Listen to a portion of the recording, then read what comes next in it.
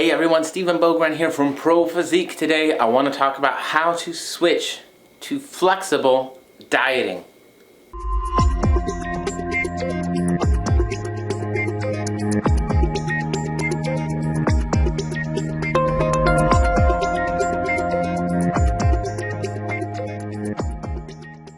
So what is up everybody? Happy Monday.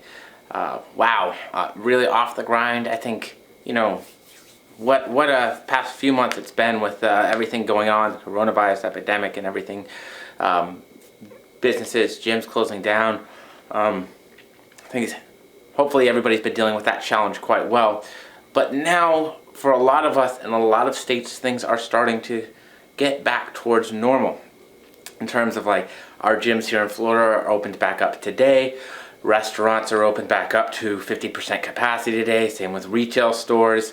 And so I know in a lot of other states things are open back up and business is starting to come back and some other things. And like we're getting back closer towards that normal end of the spectrum. So lots of good things hopefully happening right now in terms of life and everything. The Pro Physique Transformation Challenge garnered so much more interest and it absolutely just blew up. So thank you guys who signed up for that to take part and be involved in that. Super exciting to see all of you guys' posts, everything that you're doing in there. Super motivating and honestly helping me to get back into putting out more content for you guys. So thank you so much for that. I'm really looking forward to seeing what that brings for everybody. But I got a question on my Instagram that I thought was a great question to go over. And they were essentially asking me like, hey Stephen, how do I move from a strict diet or a meal plan based dieting approach to a flexible dieting approach? And I think that's a great question because for a lot of us, like now that things are starting to get back open, maybe there's a little bit more motivation to get back into the swing of things, to get like life going again in terms of maybe some of our fitness goals with gyms and everything opening back up. Great, absolutely. So let's talk about it. So if we are on a meal plan based dietary approach, the first thing that I think is really important to do is to figure out what your meal plan dietary approach actually is. The simple place where that starts is by weighing your food out, if you haven't already been doing so, and getting used to putting that into a tracking app. So whether it's My Macros Plus, MyFitnessPal, FitDay, etc., etc., etc., there's a ton of them out there. Really just finding the one that works best for you.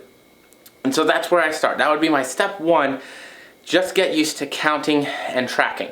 You don't change anything that you're doing.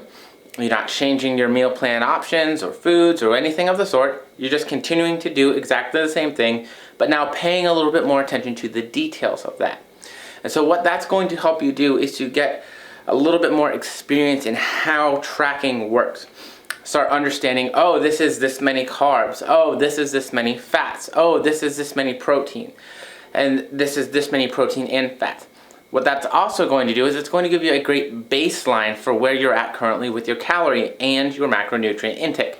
Now, you can start with just calories alone, and that can be great. What I typically recommend is start at the very least with protein and total calories. Because protein is what we call the adaptive macronutrient, meaning it is the one that creates that we can build more muscle. It stimulates muscle protein synthesis. We want to make sure that we're accountable and we're getting enough. The RDA is very low for most active individuals, and if we're dieting, we're at a higher likelihood that we can lose lean tissue or muscle mass. So we just want to make sure that we have enough protein to maintain our lean muscle mass, stay full, stay satiated, and stay healthy during that dieting phase. But so far, all we're doing is we're counting. So, hey look, I know that I'm at 1,200 or 1,300 calories. I don't necessarily want to change my dietary approach. I don't want to change my diet or what I'm doing. I just want to change it to something that's more inclusive, to where I can switch more things out for things that I like or want to make it a bit more sustainable long term. I would say if you're at 1,200 calories, that might not be sustainable long term for most individuals. And we would want to get that up, but a different topic for a different video. We're going to say we're keeping calories the same here, okay? So we now have a great idea of, we know exactly what our calorie intake is, we know how much protein at the very least, and then maybe we also know how much fat and carbohydrates we're getting per day based off of that meal plan. The way that I like to get people away from the meal plan dieting strategy is not by changing everything all at once. That's a great way for us to set ourselves up for failure. So what I like to do is I say, hey, we should keep a lot of that structure in place, because for a lot of us we have an all or nothing mentality, right? So I'm either on it or fuck it, I'm out. I'm doing whatever I want. Rebel life. Woo! Blech. So for most of us, like, the moderation thing can be difficult. Where I like to start is keep maybe breakfast, lunch, and if you had any snacks, keep those the same. Change out maybe dinner. Typically, most of us are in less of a rush at the end of the day. We have a little bit more free time. We can maybe cook something different, but we can change out our dinner options. So if we know that we had, say, 600 calories in our dinner on our meal plan, and maybe that's 35 protein and however many fats and carbs, because I can't math on the spot like that, we know that that's what we have to work with. So now maybe during the day when we're on lunch break, and we're like, ooh, what do I want to have for dinner tonight? Well, I can now go through that food tracking application on my phone, and I can plug and play, and I can see what I like. So maybe I'm not going to change anything except for my side sources, my carbohydrate source and fat source possibly, right? Very easy way. Now we're learning how to move things around and switch things out. Eventually, where you're going to want to get to is where I can get up and say, here are my macronutrient numbers for the day, and I'm going to make something that fits that in the morning, and then lunch I'm going to use maybe another portion of that, and then at dinner I'm going to kind of plug and play the last of it. Awesome. If you're like me, I still don't really do that. My diet looks pretty much the same most days for the vast majority. My breakfast is the same pretty much every single day. Lunches are very similar, which gives me about the same amount of room to play with every night for dinner for my macros and my food intake. Now, the reason that I like doing that is because I don't have to think in the morning. It's the same stuff. It's quick. It's easy. It doesn't require any extra amount of effort. When I start having to change things up and I start trying to incorporate different things and new things, again, that's going to affect the rest of my day a lot of times.